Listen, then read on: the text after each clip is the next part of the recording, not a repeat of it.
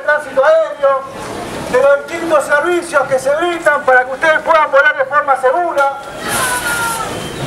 Saludamos a los compañeros de Aerolíneas Argentinas también, que están trabajando ahora en el nuevo contacto.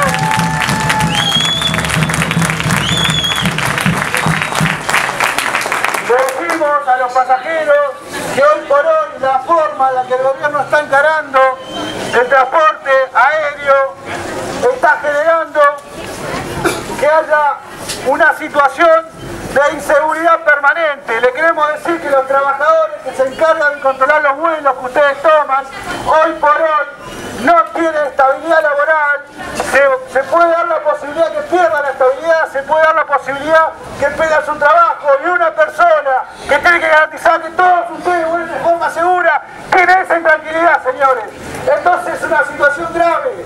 No queremos tener situaciones de conflicto con los usuarios de los vuelos. Muchas veces sabemos que algunas de las medidas que hemos realizado generan que ustedes tengan complicaciones en los vuelos.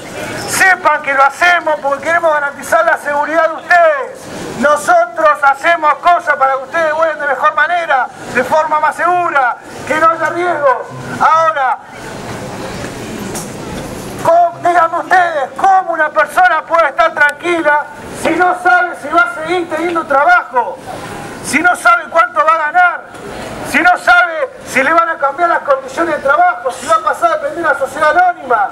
Entonces, señores, a todos los usuarios de las distintas compañías aéreas les decimos que no es responsabilidad nuestra que ustedes estén volando de forma insegura, es responsabilidad de que el gobierno no tiene intenciones, y responsabilizamos al ministro Dietrich de la falta de voluntad para dialogar con los trabajadores de los servicios de tránsito aéreo de todo el país.